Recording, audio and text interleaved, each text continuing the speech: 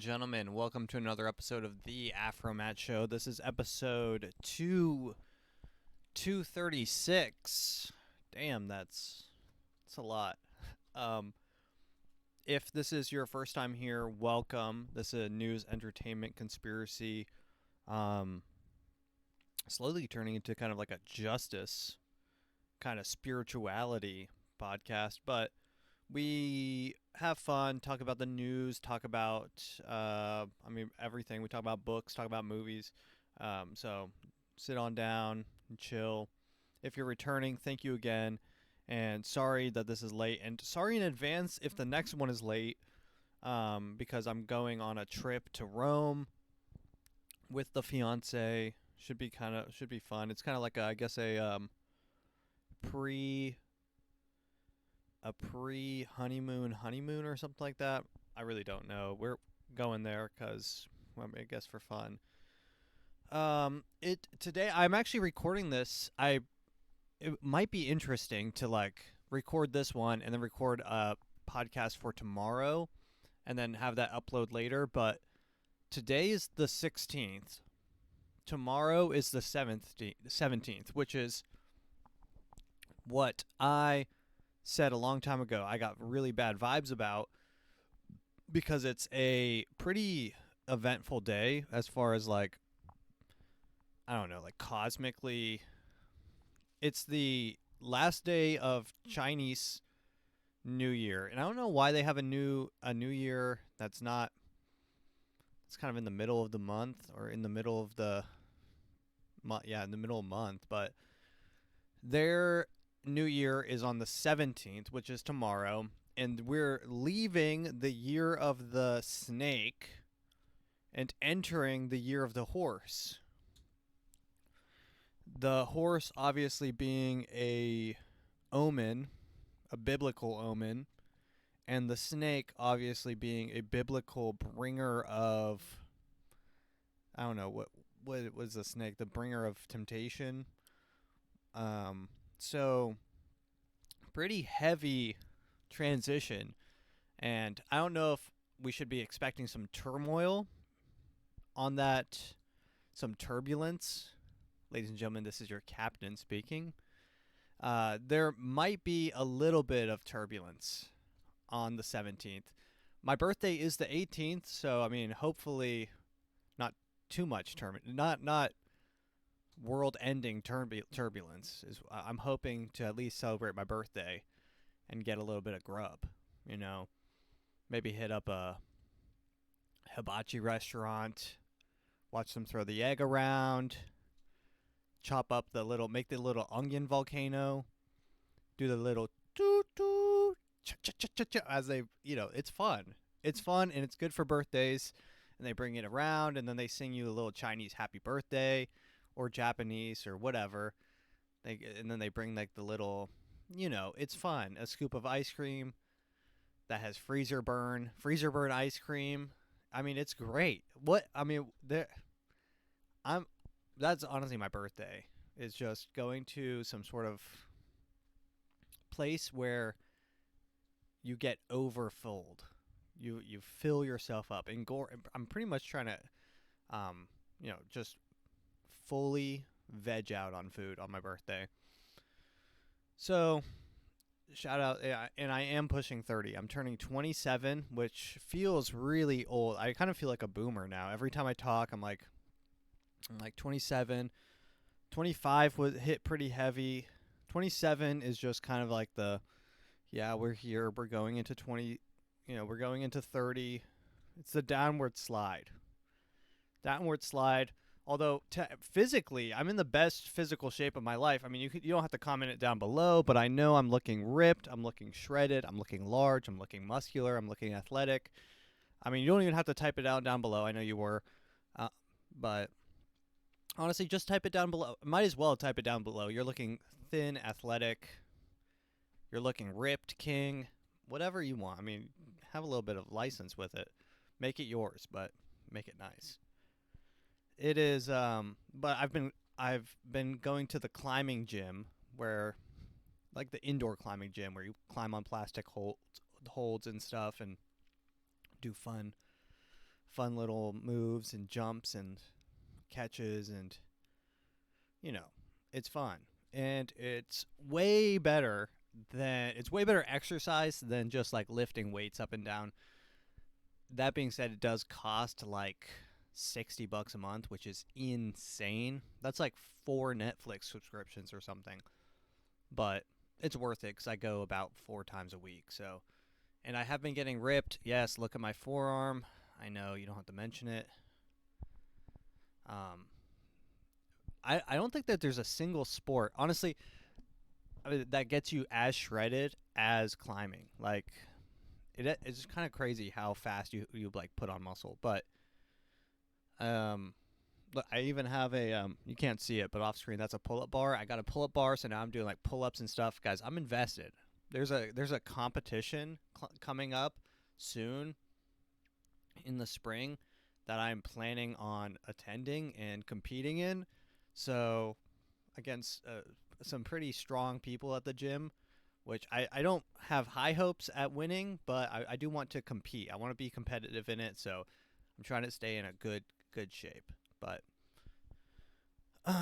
it is kind of hard being like, and it's healthy for me too, because I'm like really kind of antisocial, and going to the gym, you talk with people. I got invited to someone's birthday. I kind of like awkwardly showed up. I'm like, hey, and they were like all eating like Domino's.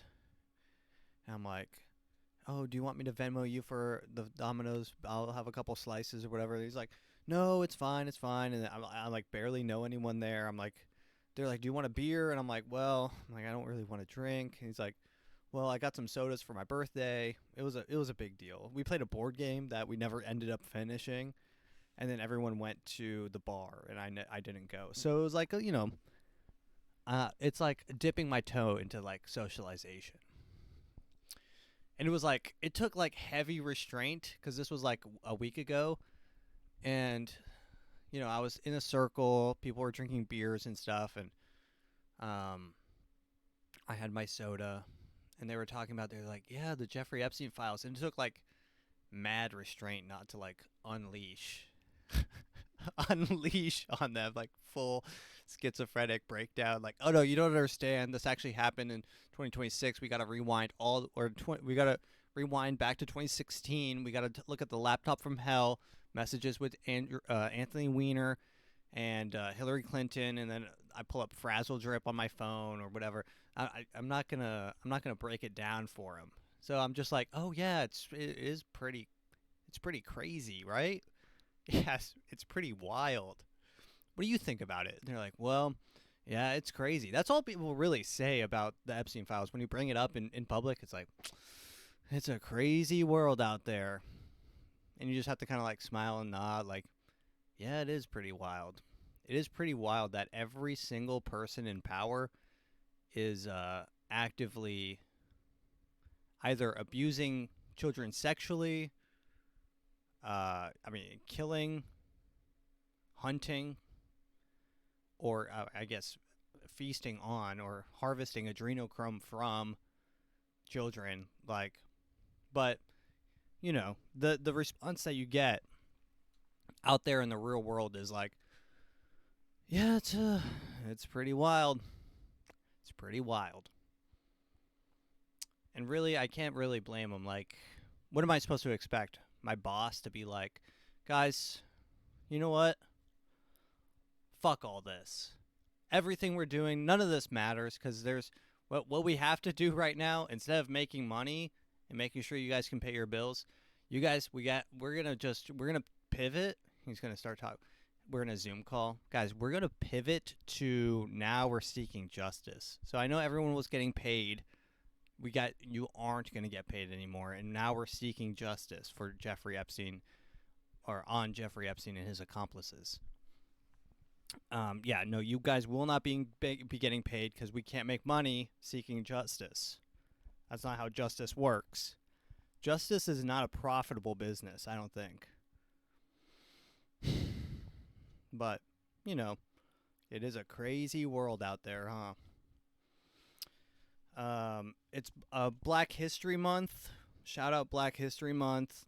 I played a song actually, well, technically, the song I played isn't by a black person. This is a famous song written by a black woman, but this was the white cover, the white person cover of it, which is beside the point. But the only reason I did do that was because I've already played the original version on a previous podcast. I don't want to double up on music. I was thinking about doing Kanye West too, because Kanye West is pretty goated.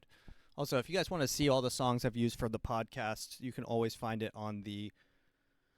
I believe I have a public playlist of. It's called Podcast Songs, and it's just a collection of all the songs I've used in the podcast prior. If you do have song recommendations, I'm honestly running out of stuff that I've listened to and songs that I know. Try not no like weird cultic, say like vaguely satanic music, because I just don't want negative vibes when I start the podcast. So I don't want like weird like Lady Gaga abracadabra type. I don't want Katy Perry's Dark Horse. Like let's keep it chill. Let's keep the vibes good. So, but send those to me, please. I do need them. I'm running out of songs. I genuinely don't listen to that much music. So that being said, I don't want this to be a heavy podcast, because obviously last episode was pretty heavy. But these are heavy times, and this information isn't new, so there's no reason to be any less or more heavy than we normally are. So I just want to go into, I'm not gonna wear my like a black shawl and like be in mourning all the time. We do have to have a sort of like, we're still trying to like live. So that being said, we're gonna get into a little bit of the podcast stuff, like regularly scheduled programming, the news and whatnot, and TikToks and stuff. I do. Oh, the Super Bowl happened. I don't know. I didn't watch the halftime show. It was a big sort of thing. The halftime show. It was like the first time there's been a Hispanic singer or something. I don't know. I didn't watch the halftime show. I had to go pick up my girlfriend or my fiance from work, and so I missed it. But I said, hey, let me know if you can understand it on the way out. I do know that a lot of the ads, a lot of times, usually the ads are entertaining. The ads this year, were some of the worst. Honestly, the worst part of the whole show. They were all. Actually, I'm reading this book right now, and I'm not necessarily done with it, so I can't review it. But it's called A Supposedly Fun Thing I'll Never Do Again by... Guys, by the way, if my voice sounds a little bit weird, I did just eat like 2 handfuls of pistachios, and I don't know if I have some sort of like mild... like mild allergy to these, but it's like kind of like make my throat tickle just a little bit, so... I'm sounding a little bit like RFK. The pistachios, they make me feel really weird. They make my throat hurt. Oh, Darcy. She thinks I'm dying. I'm okay. No, really, it's okay. Oh, okay. Don't hump me. My dog is currently in heat. So you've got to keep your distance. You have got to keep your distance, Darcy. Please. Chill out, man. Chill out.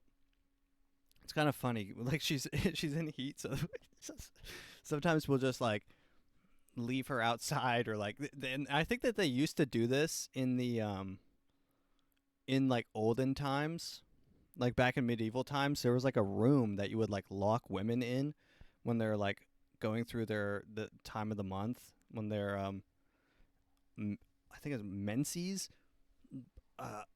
but they had like rooms or like houses that they would lock their women up in. It would be like, while you're going nuts, just dude, Darcy, chill out, please. Please. Okay, good. Darcy, come here. Come here. Darcy, sit. No. I'm trying to record an entertaining podcast and you're destroying the vibes. Darcy, go. Darcy, go. God damn it. Okay. There she goes. Unprofessional, to say the least. There was a really weird ad about, like, from Ring Doorbell, where essentially they admit to monitoring 24/7 everything that passes by your Ring doorbell, which, if they're rolling this out now, it means that they had this when, okay. It means that they had this when Tyler Robinson. Also, what's up with that story? I don't really know. Not much news on the Charlie Kirk assassination. But they had this technology. They're rolling it out now, so it's in a good space. But they had this when Tyler Robinson was in front of like 8 Ring doorbells in different clothes or whatever.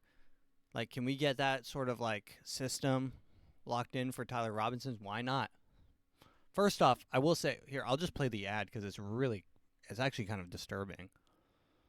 Let's see. Oh, I think this is the one. Home security company Ring's Super Bowl ad is sparking. Oh shit. Ad is sparking backlash. The company promoting an AI search party feature that turns a homeowner's doorbell into a neighborhood tracking device. You know, I didn't expect the reaction. I understand, though, the concerns. The way we built it is privacy is like paramount to the actual service. So what we're doing is assisting our neighbors, which is what we call our customers. I love that. This is the founder and CEO of Ring, Jamie Simonov. We tell you, if there's a dog in front of your house, we say, hey, this dog looks like this dog that's missing. Do you want to contact your neighbor and help out? And so it's all built with privacy at the core. It's not like some crazy system that just goes out. So you have control over if you want to help your neighbor or not help your neighbor. And we're seeing people help their neighbors. We've returned 104 dogs so far, over 1 dog a day. You know, it's been an amazing service for our neighbors and helping people. Yeah, everything's about helping. Guys, we just want to help. This is built on privacy. So, I mean, they found the lab, but they find the lab goes missing, and then the Ring doorbell finds the lab 4 neighborhoods down. The interconnected web of Ring doorbells alerts the owner of the dog and said, "Hey, we think we found your dog." And they save the day, and Ring doorbell's a hero. And the girl gets her dog and cries. So it's a beautiful story of, you know, love, family, observation, technology, technocracy, nanny state, love, you know, stories that you love.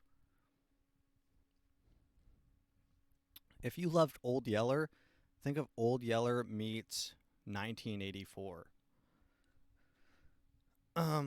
So, I mean, obviously the implications of this, I mean, are endless from, I mean,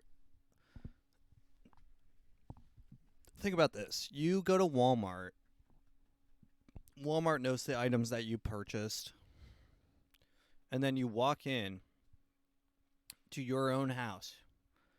And you're carrying your bags, and that's scanning the items inside the bag with his Ring doorbell. And now Ring knows all the items that you buy. And now you're being advertised. And this is just like the most mildest case. Now you're being advertised specifically from Ring doorbell and Walmart for like specific things that you're buying.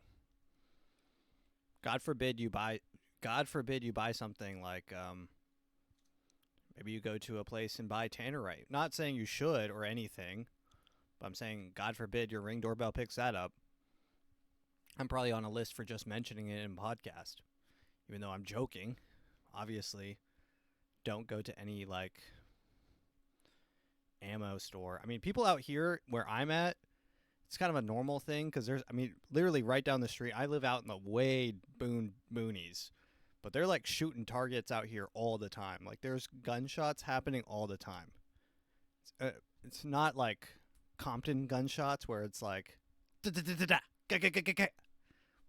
they're like shooting like rifles and like loud guns that like ricochet off the like mountains and stuff. So it actually is kind of nice. Once you hear the first couple gunshots that you hear are like, I hope those don't get too close. And then you hear a couple, maybe hear an explosion of a target that they're shooting, and you're like, you know what? I feel safe in this block, in this area. I know that there's a lot of people with a lot of guns. I think the average guns per household is like 8 or something in this state.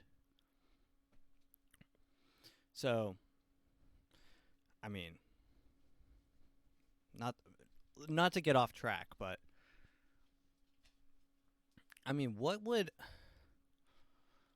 be like the goal of them rolling this out? And it is really weird, the ad, because it has that little yellow box and it's like identifying the features on the dog, and it's like, is this your dog? Oh, we think you found your dog. It's probably scanning cars, leaving, entering, times, travel times. Dude, it's getting information on everything. And it's like the obvious thing people say when you complain about observation state is, well, if you're not doing anything bad, why do you worry about being observed? That's not the issue. The issue is that they are observing. You should be able to live life without the constant threat of an observing eye. That's the whole point of like 1984 is like, can't really do or say, once you like roll that out, once you start like, and then your Ring doorbell starts listening to you, the ones inside your house and outside, you're like, you know what? I'm actually having some really questionable, I'm actually starting to really question the decisions of the Israel. I'm starting to question AIPAC.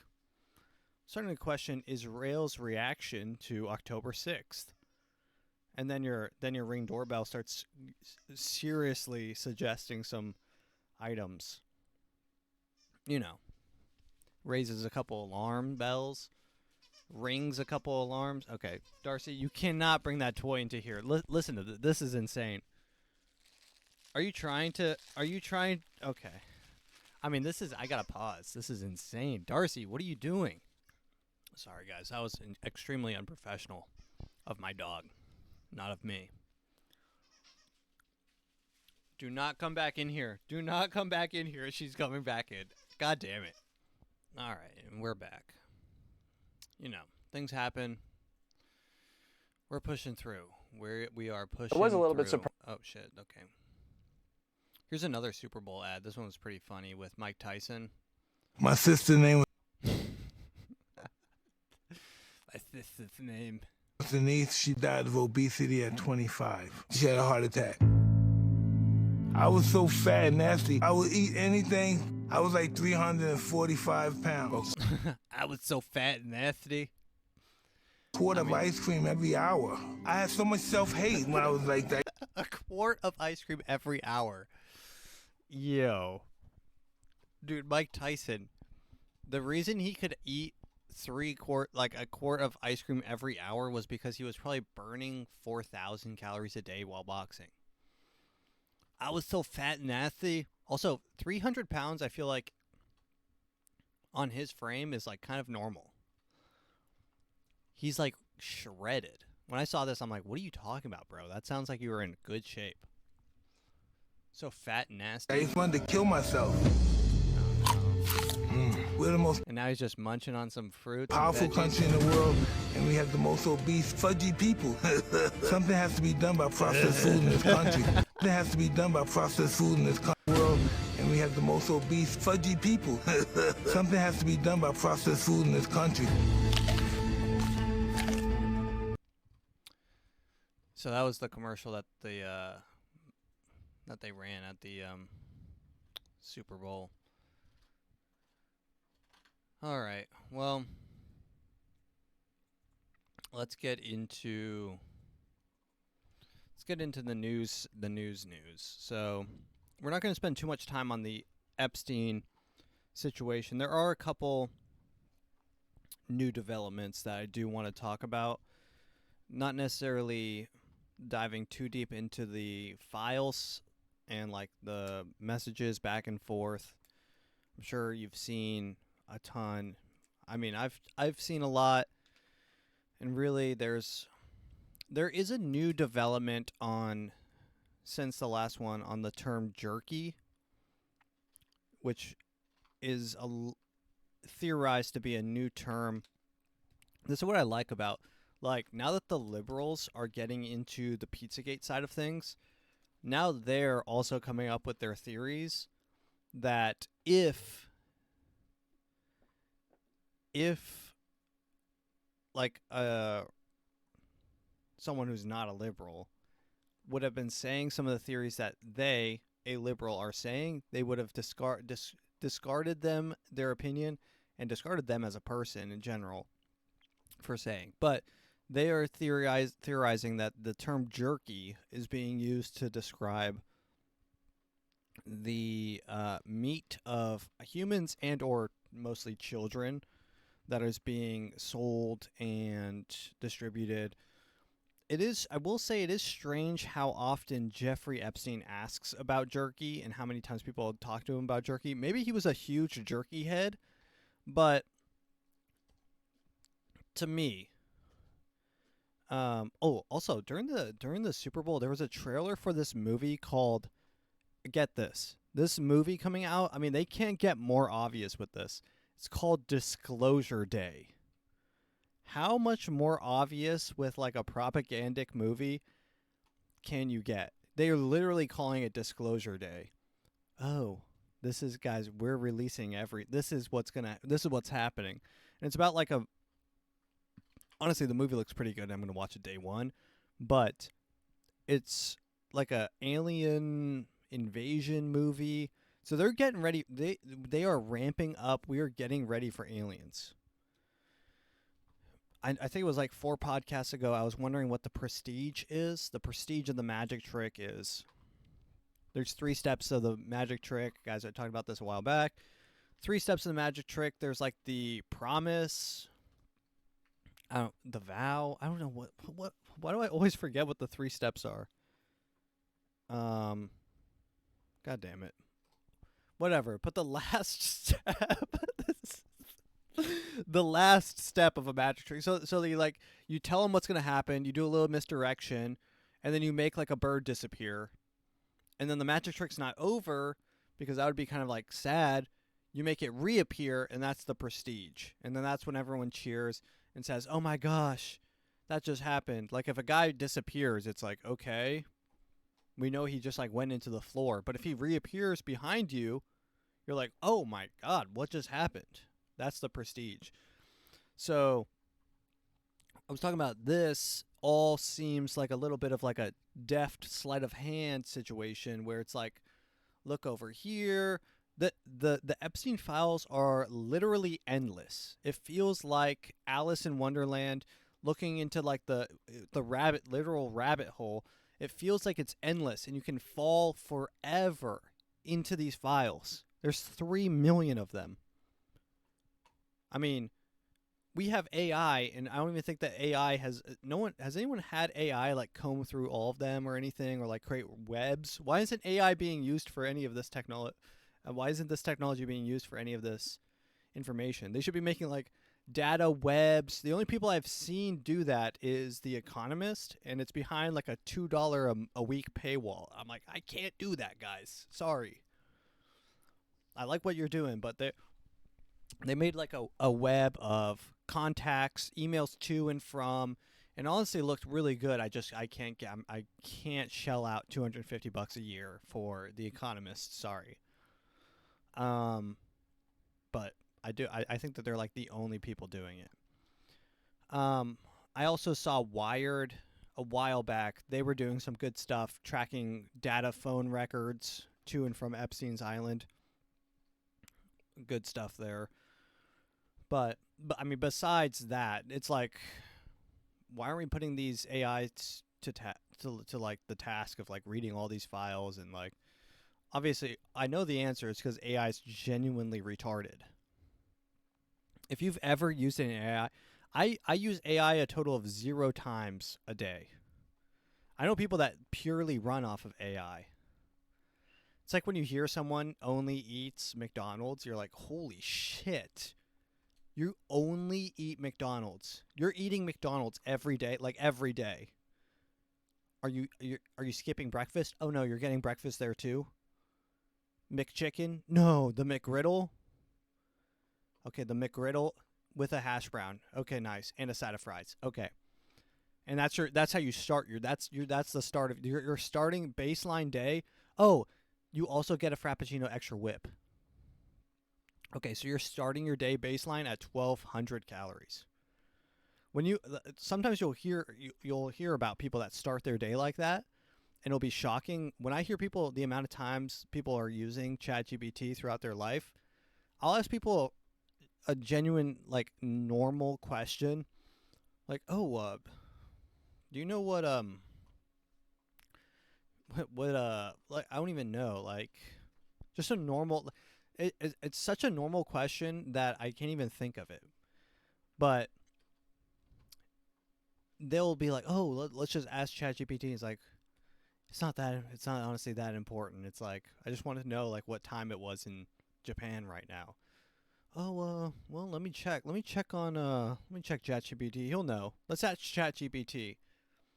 Anytime I've asked ChatGPT anything, I've had to like tell it exactly what I want it to tell me, and then it tells me. It's like, what is that thing I'm thinking of? I always use the example of this because it happened on the podcast, but I'm like, what is that demon from like ancient Aztec culture that kind of sounds like Labubu? And it's like, oh yeah, hey man. And it's always like that. It's like, oh yeah, sure man. I know exactly what you're thinking of. You're thinking of the demon called Lilith. Lilith actually was a demon. And it's actually whatever, blah, blah, blah, blah. And you're like, no. I said Labubu. And I'm like, I think it's Pazuzu, but am I wrong? He's like, oh yeah, totally. That's my bad. You're totally right. The demon Pazuzu was a wind demon from ancient Aztec culture. Nice catch. It's like, okay, thanks, ChatGPT. Thanks. I will never be using you again. Also, this is a multi-trillion-dollar company, by the way. That's that retarded. But there's people that like let their kids talk to ChatGPT like just as their normal like life. Like your kid comes up to you and it's like the kid asks you, someone at school today told me Santa's not real. And you pull up ChatGPT. My kid just asked me if Santa's real. How should I react? Yeah, totally get you. This happens all the time. You're like, ChatGPT, I'm going to kill you. Half the time you just want to kill ChatGPT. You're like, speed it up. I saw there's this new one where they're putting a cup upside down. And they're like, ChatGPT, I got gifted an item, and it's sealed on the top. It's fully sealed on the top, but it's open on the bottom. Can I drink from this? ChatGPT, oh yeah, totally, man. That's a funny prank. It looks like you just got totally pranked. You know what you should do is you should wear it on your head. Wear it with pride. It's like, well, can I drink from this or whatever? No. Unless it's some sort of weird trick that I don't know, you won't be able to drink from that at all. And then he like turns the cup over and shows it to ChatGPT. He's like, how about now? It's like, my bad. You totally caught me. I'm genuinely retarded. I don't know. I don't understand what people use ChatGPT for. I genuinely don't. I genuinely don't. Oh gosh. I think it literally makes people so stupid that they think that ChatGPT is smart. But it's like, you before using ChatGPT, you would have known how to do this before. if you would have just like put 4 minutes into it. Oh yeah, I got ChatGPT to write a totally retarded Facebook post. Okay, well you could have done that on yourself. You could have done that by yourself. I really do hate the ChatGPT. I don't even remember what I was talking about. Yeah, I mean, let's just get right into it. So this was the big thing. This is Pam Bondi getting grilled. They're really asking her the hard-hitting questions in front of the the House Judiciary Committee, Judiciary Committee. Them. Ask Merrick Garland over the last 4 years one word about Jeffrey Epstein. How ironic is that? You know why? Because Donald Trump, the Dow right now is over. The Dow is over $50,000. I don't know why you're laughing. You're a great stock trader, as I hear, Raskin. The Dow is over 50,000 right now. The S&P at almost 7,000. And the NASDAQ smashing records. Wow. Americans' 401ks and retirement savings are booming. That's what we should be talking about. We should be talking about making Americans safe. We should be talking about, what does a Dow have to do with anything? That's what they just asked. Are you kidding? Are you Mr. kidding? Jordan, Mr. Jordan, Are you kidding? Yo, let me play a clip from Pam Bondi. This is this same dumb bitch back in 2014. Let me see if I pulled the clip. Let me see. Oh, here it is. Pam Bondi in 2014. Florida ranks third nationally in calls for help for human trafficking, where young women and children are enslaved and abused. I knew we needed all hands on deck. Businesses and hospitals to spot it, our great law enforcement to stop it, and tougher penalties to punish it. We're taking on Medicaid fraud, pill mills, gangs, and more, and I'll fight to put human trafficking monsters where they belong, behind bars. Pam Bondi, our Attorney General. Where's that energy, Pam Bondi? Our Attorney General. And this is her now. In response to Jeffrey Epstein. Why are we even talking about this? This is what we should be talking about right now. You're a great stock trader, as I hear, Raskin. The Dow is over 50,000. The Dow is over 50,000. Guys, you know what?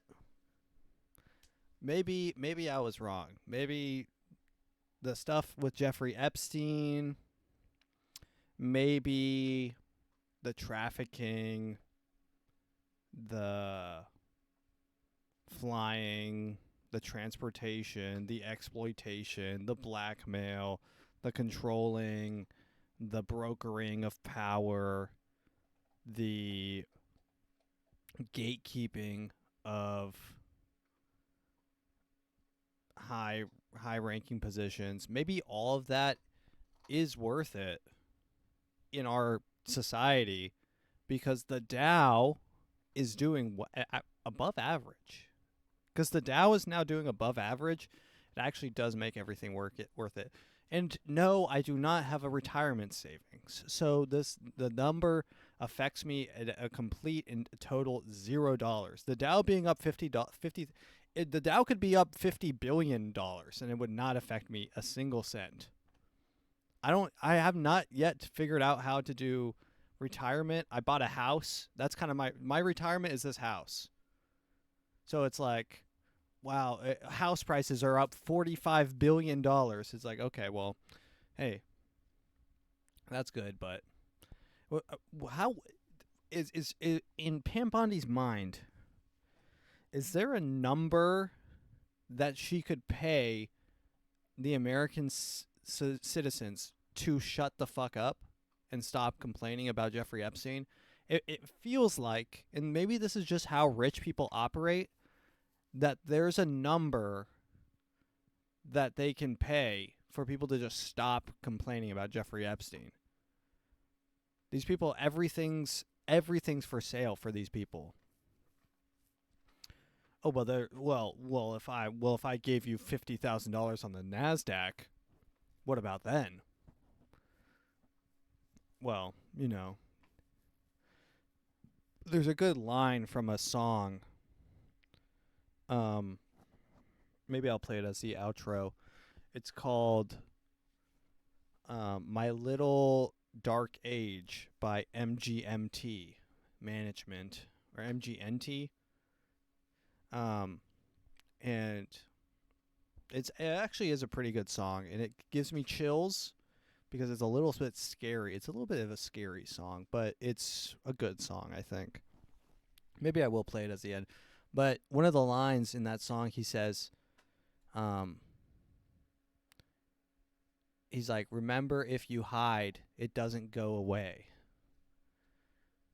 And I think that kind of philosophy you got to keep in your mind. Like, just because you turn a blind eye to this type of stuff doesn't mean it goes away. And honestly, just because, like, if we stop talking about it, like Pan Bondi wants everyone to stop talking about it, like Donald Trump wants everyone to stop talking about it, like all these people want everyone to stop talking about it, just because people stop talking about it doesn't mean it goes away. The problem is still there, and it's still happening. This market didn't just vanish. And honestly, it's probably just created a power vacuum, and there's probably people fighting for that vacuum right now. But guys, at least the Dow is up. At least the Dow is up. And you know what? Maybe underneath what she's saying is the Dow, if we go after, maybe this is what she's saying, is if we go after this, I think she actually literally said this. She said that the system would collapse. She said the whole society would unravel if we prosecute everyone in the Epstein files. I think what she's saying when she's saying that the Dow is up, she's saying that if we prosecute it, guys, the Dow would go to zero. It's propped up completely on laundered money and blood money. And like just dark, the black market money. She's like, that's why the Dow's up. Guys, the Dow's up because Larry Ellison met with 4 billionaires eating children. That's why the Dow is up. This whole thing is propped up by Jeffrey Epstein and his association with everyone. If they prosecuted everyone, who would run the country? It's literally, that's honestly, like, that's crazy that I would say. That's crazy that, like, it sounds crazy to say if they prosecuted everyone in the Epstein files, who would be left to run the country? But that sentence might legitimately be said by Pam Bondi next week. Next week, Pam Bondi might say, guys, it's like that one clip from, who's that girl? God damn it. Give me a sec. I'll find the clip. Here it is. This is Kelly Osbourne talking about Donald Trump, but this is... In fairness, you have a very good point, though. There are a lot of Latinos here in this country that do agree that the immigration problem is a problem, and it does need to be addressed, and it does need to be fixed. Interesting. But making those comments, those racist comments, do not help. And if you kick every Latino out of this country, then who is going to be cleaning your toilets, Donald Trump? Oh, that's no. In the sense that, you know what I mean? Like, when I'm saying that... There's more jobs to be... In LA, they always... But they Latinos are not only the only people I didn't mean it like that. Come on. No, I would never mean it like that. Okay. I'm not part of this argument with... I think what you're saying is that Trump himself you need to look probably relies on a lot of these people that he's insulting. That is such a good clip, but that's the view. But it's only a matter of time before Pam Bondi's like, if we arrest everyone who's in the Epstein files, who's gonna run your country? No, in the sense that, well, you mean because I've got a, that thing. That's genuinely gonna be Pam Bondi in about, honestly, next week. She's gonna be like that exact same scenario, but about arresting people that are, the worst humans on the planet. I don't know if they're if they think that they're gods, they're Gnostics, they're Luciferians, or they're Satanists, or whatever they are, like agents of chaos. I don't know what they are, but they're no good. They're no good, and they got no place here. They don't that type of energy just doesn't have a place here. This should be a place of like we should. I was about to say we should attempt to create Agartha everywhere, like the meme that's Agartha, where everyone's having a good time, and it's like, "Welcome to the land down under, where women glow and men plunder." You know, where it's like everyone's having like a fun time or whatever. I know Agartha's like kind of like an alt-right, kind of like, I guess, white supremacist meme, but it's that sort of like vibe where everything's, you know. I kind of dug myself an Agartha hole. I literally dug myself to Agartha here, but so like we should we should make the world Agarthan, in the sense that, you know, you know what I mean, you know, in the sense that, oh God, yeah, I kind of had my own moment there. Not that everyone has to have like blonde hair, blue eyes, and drink white monsters. I'm not talking about that Agartha. I'm talking about like just the genuine, like, you know, cool, the Agarthian, you know, architecture. Bring art back, the pursuit of perfection, the pursuit of resonance, and, you know, making shit cool, like towers and cathedrals and bells. Bring bells back, all that kind of cool shit. We don't necessarily need to be like doesn't necessarily need to be a white hair, blue hair, white eyes situation, you know. I'm so God. I'm too far. We just gotta get a move on here, because this is not gonna clip well. This is not gonna clip well. Podcaster AfroMattt says we should turn the world to Agartha. What is I gotta look up Agartha, because this could be bad. All right, here. What is this? What is Agartha? Esoteric Nazism spreading on meta platforms. Okay, followers harassing teachers. My bad, guys. If that's what this is, I'm sorry. More than 96 people suffered injuries after explosions rocked Friday prayers of a school. Of a mosque? What is this? What is the start of this? A 17-year-old student of the school had 4 Agartha scribed on his gun. Okay. Okay, when was this? This was in December? Okay. Well, guys, maybe I gotta rewind the Agartha thing.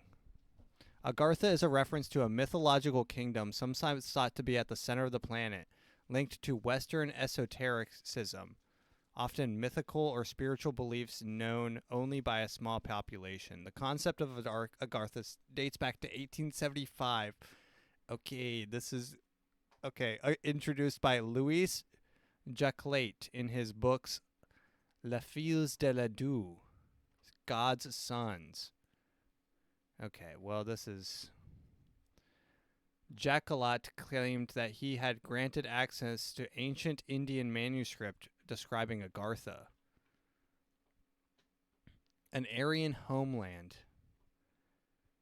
example of esoteric Nazism. Okay. Yeah, okay, guys. Okay, well, we can't be... we can't be, like, pro-Agartha, but we can't deny that. It's actually kind of funny.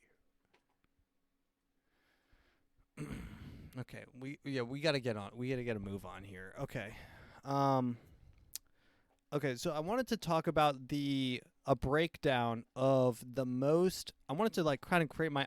I'm like making my own web map here in my head of the names of the people that are the biggest players in the Epstein file. So I'm starting at the most rich, the richest of the rich that are associated, that are named in the files.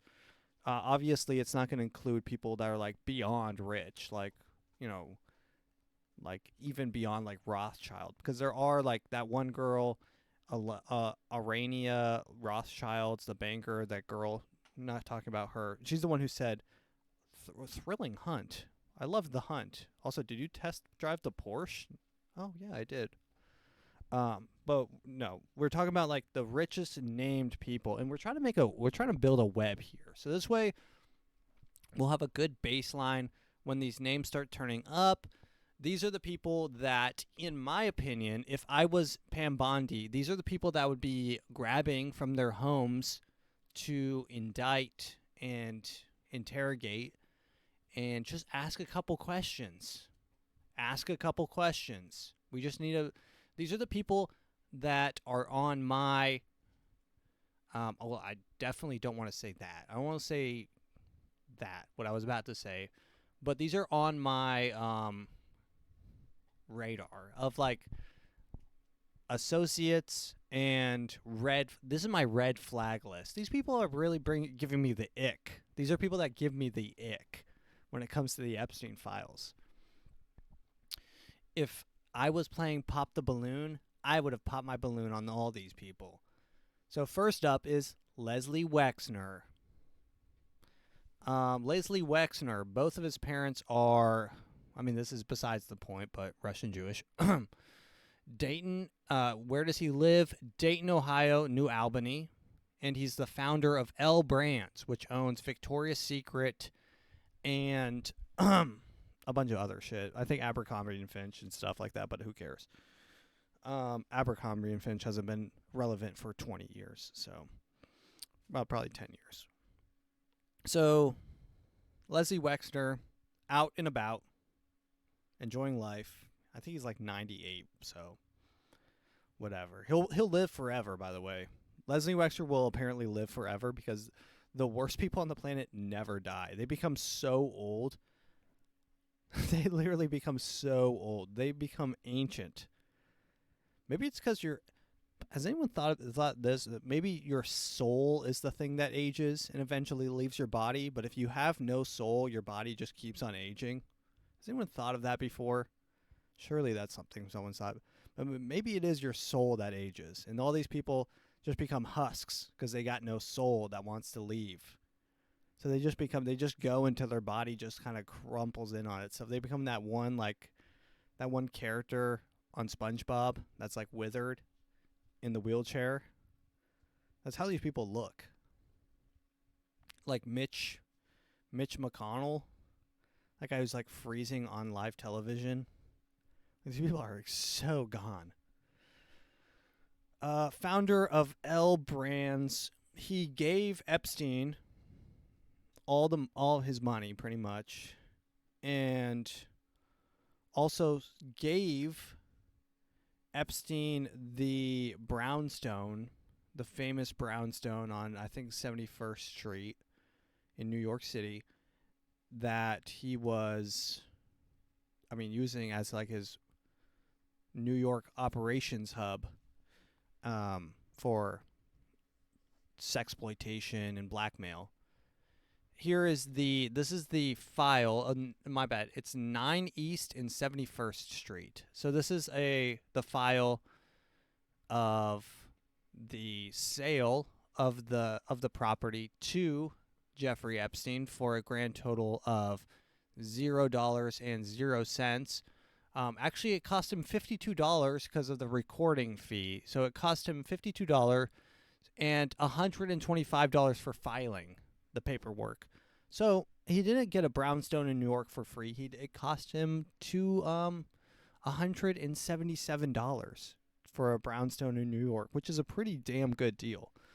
So Leslie Wexner, definitely need some questions asked about his relationship and why he gave free money. And here, I'm gonna let Darcy out. I think she wants to go to the bathroom. Yeah, here's the page here. Let me zoom in. So here it is, the grantor and the grantee. Interesting that the address of the grantee is the St. Thomas Virgin Isles, the Virgin Islands, which is Jeffrey Epstein's house, Maple Incorporated. It's the receiver of this property. So he already owned the island at this point. Here's his face. Look at this guy. Billionaire. Classic. Next up, we have Leon Black. Not that it matters, but Black is not his name. It's Blackowitz. Not that it matters at all, but it is. I mean, we're just maintaining the facts here. He's the co-creator of Apollo Global Management with Mark Rowan and Josh Harris. Josh Harris later went on to connect with David Blitzer of Blackstone. So Blackstone is here, and now we're webbing it to David Blitzer. And they own the 76ers and the New Jersey Devils, which is interesting. Just something for you to know. Also owns Hamlet Holdings LLC, and his most expensive addresses were actually on the Epstein files. You can find them yourself, but I collected them here. It's 730 Meadow Lane, Southampton, and then 130 and 200 Narrows Road in Bedford, New York. So those are his two most expensive properties as well. That's Leon Black, mentioned a lot in the files. Former chairman of the Museum of Modern Art as well. And here's his face. Look at this guy. He looks like a chill dude. Just looks like a normal dude. Look at that hair. That hair is fake. I can guarantee you that. And not that it matters, but I am noticing, like, it's a little bit strange with, like, the Russian-Jewish connection. Because, like, when I think of Russian-Jewish combined, I think of the Bolshevik Revolution, which I believe was, like, a Russian-Jewish revolution where they installed, like, one of the most ruthless forms of socialism, communism, whatever what it turned into was not good. Resulted in like 20 million people dying of starvation. It was no good. But through the color revolutions and stuff like that, the Bolsheviks, I think that the Bolshevik Revolution, I went through like this phase last 2 weeks ago where I don't know if I was connecting with, like, I just kept on getting beamed, like, look into the Bolsheviks. So I was like, I looked into the Bolsheviks, and a lot of that is actually really, really interesting information. And it should be taught in schools because it shows the progression of, like, a revolution gone wrong. And it's it shows, like, the corruption of power, the conniving, because there were several revolutions, and it was like, I'll probably have to read, like, a book about it instead of just watching, like, a few documentaries or whatever. But, like, there was multiple different revolutions, and the Bolsheviks were the ones that kind of just, like, I call it third-partied, because that's in a video game when you wait for, like, in, like, Fortnite, when you third party, it's when you, like, you're on a hill, and then you see two teams fighting down below, and your teammate's like, let's go fight, and you're like, wait, let's wait till they kill each other a little bit, do a little damage to each other, then we come in, full power, then we take them both out and collect all their loot. So I think the Bolsheviks kind of, like, third-partied the revolutions that were happening, and they ended up on top. But I mean, even in Fortnite, you can third party a third party. So you see, like, the group, and then there's, like, a group watching you go and take that group, and then they come and steal all the loot. So, but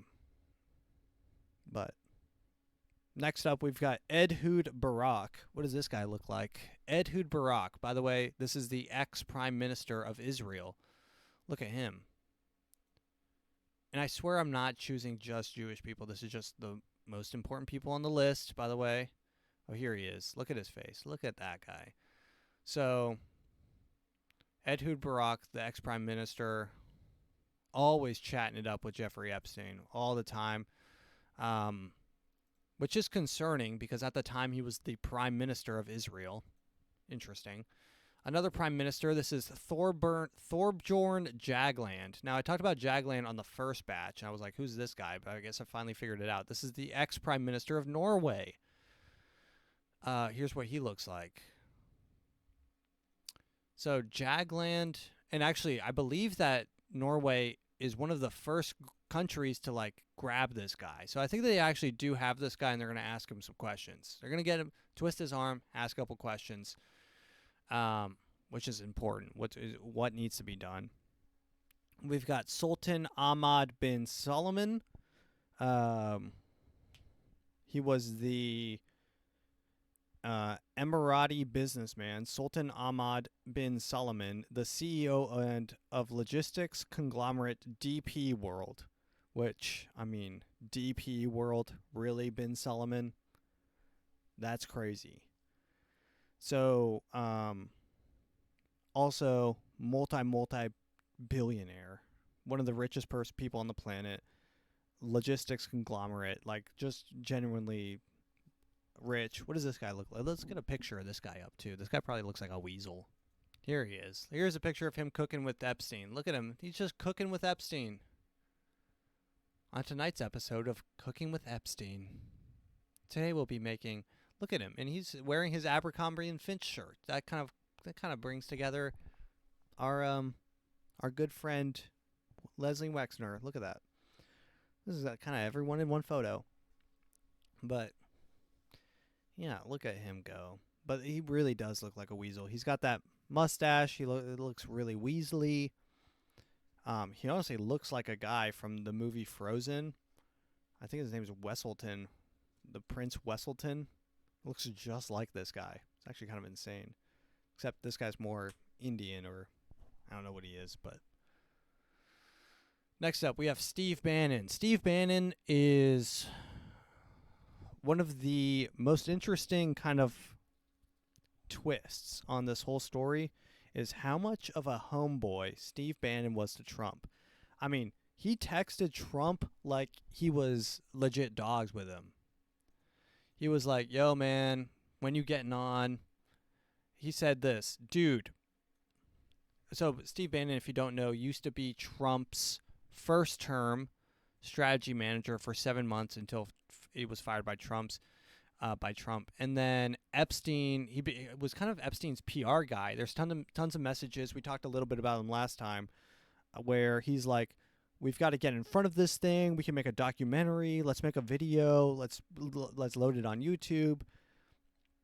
So he's kind of like Epstein's PR guy, but he's always looking out for his bro Epstein. But Bannon wrote to Epstein one time. He's like, dude, I just got him to pull the trigger on $400 billion in tariffs on China.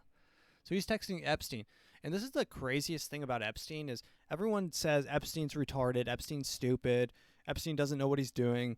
Epstein was just a guy. He was just a guy trafficking kids. No, this guy had his hands in, like, global affairs. Like, this guy genuinely had his, like, fingers on the knobs of, like, the global turning gears. Like, the gears that turn global society.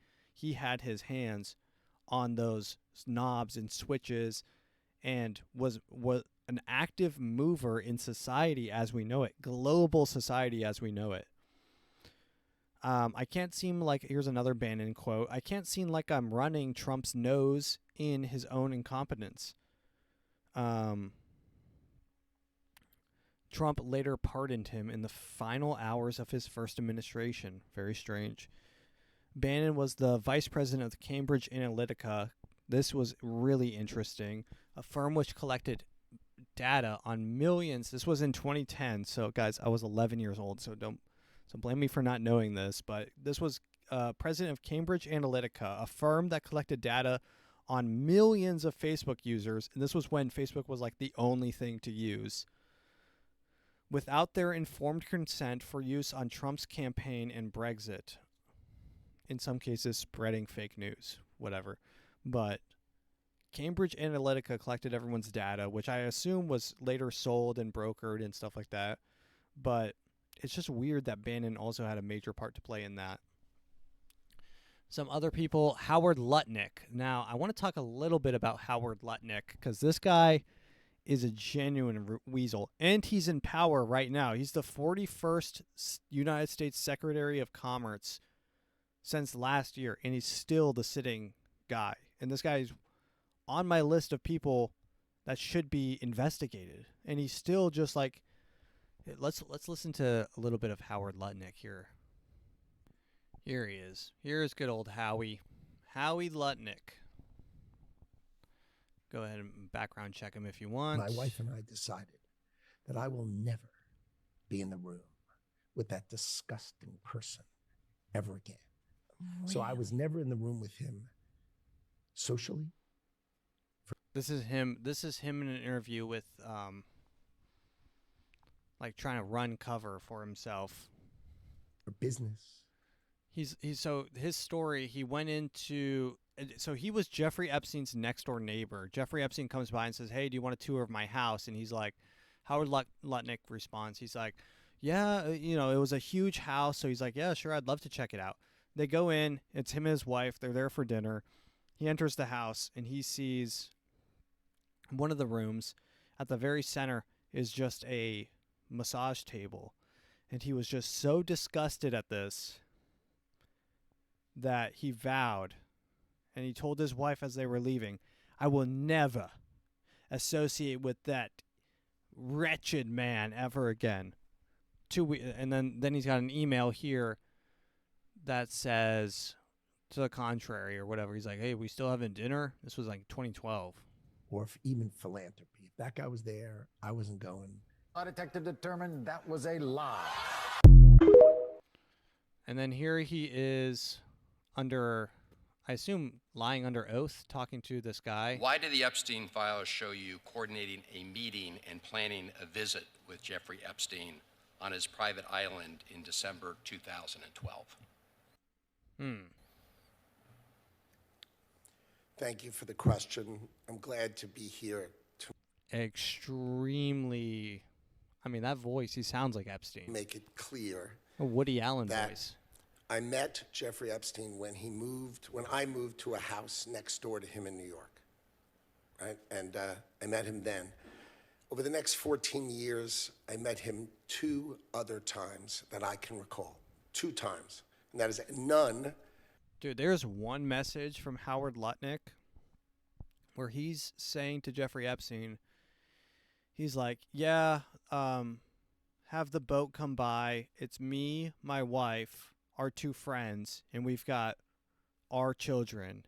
And then he goes on to state their ages. And he says a 9, a 14, a 16, and a 6 or whatever. And then Jeffrey Epstein's like, thumbs up. Like, Howard Lutnick has some major explaining to do.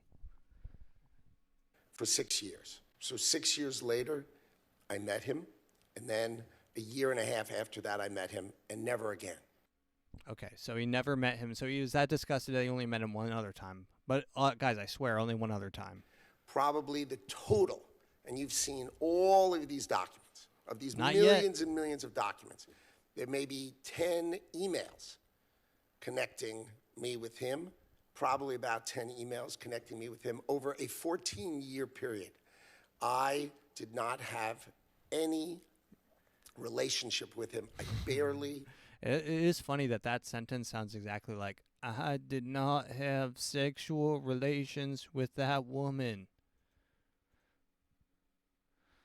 So, I mean, Howard Lutnick, investigate. Richard Branson, CEO of Virgin Airlines. I mean, that's insane that he called it Virgin Airlines too, which is, I mean, that's insane. Prince Andrew, obviously. Prince Andrew has since been stripped of his princehood. I believe he's just Andrew now. Just a guy. Woody Allen, director and producer. Sergey Brin, co-founder of Google. There's a girl named, one of the victims, Sarah Ransom, claimed in court documents in 2024 that she met Brin, that's Sergey Brin, and his then fiancée Anne Wojcicki at Epstein's private island. Obviously, Bill Gates is another huge one. Barry Josephson, this is a guy who's a producer, director, owner of Josephson Entertainment. Very strange things there. Harry Fisher, photographer. Catherine Rumler, who recently announced her resignation as chief legal officer of Goldman Sachs, but she was Obama's secretary or something like that, or Obama's speaker, something like that. She was something for Obama, and in the files as well. But these are people that need to be, at the very least, questioned about their connections. These are very, very rich people. If you always follow the money, you'll find where the power is. Like, these people are billionaires. Billionaires. You can't even imagine $1 billion. I can't imagine $1 billion. These people have so much money. No one in the history of America, in the world, has had as much money as like an Elon Musk. Like, even when like King Tut or whatever, like, Alexander the Great, even when they conquered like half the world, they didn't even have like that much in gold, like adjusted for inflation. It was like maybe a billion, like a billion. That's it. Like Genghis Khan, when he attacked all of Asia, all of Eastern Asia, had like maybe $1 billion. And now we've got several people with more wealth. It's like not good. Not good. And maybe it's a thing where like you have so much money. Maybe money legitimately is a thing that, and I don't know how to explain this. Maybe money is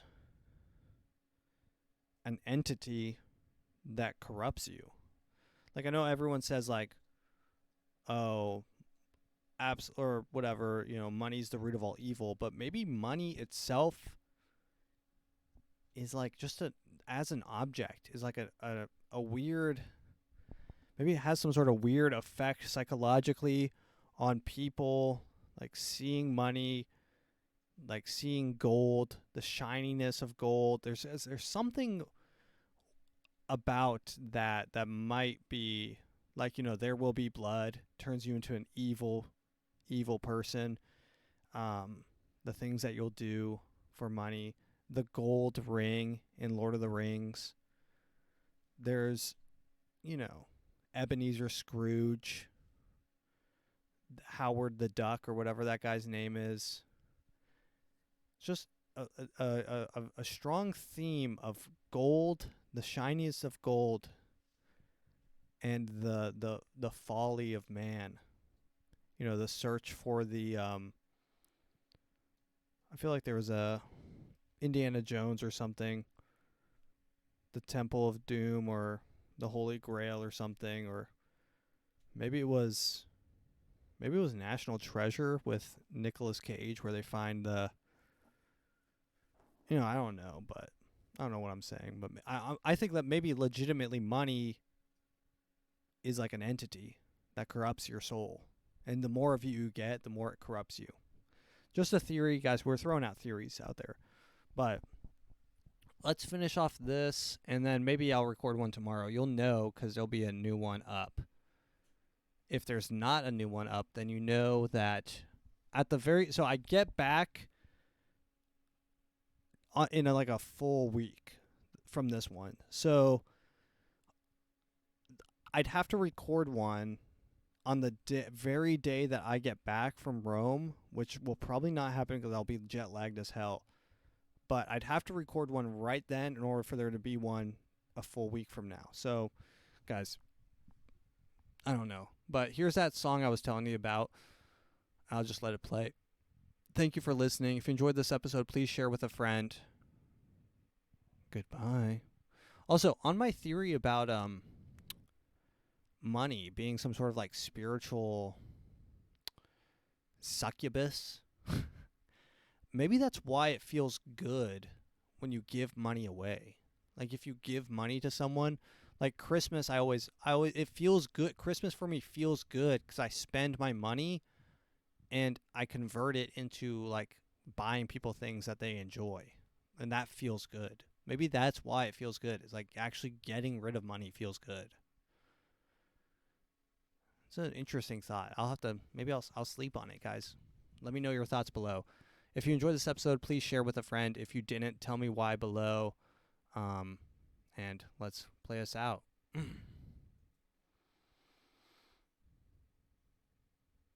And this song does have a bit of a dark a dark vibe, but actually the way that I interpret this song is it's actually sort of a inspirational rally cry against evil. It's sort of like a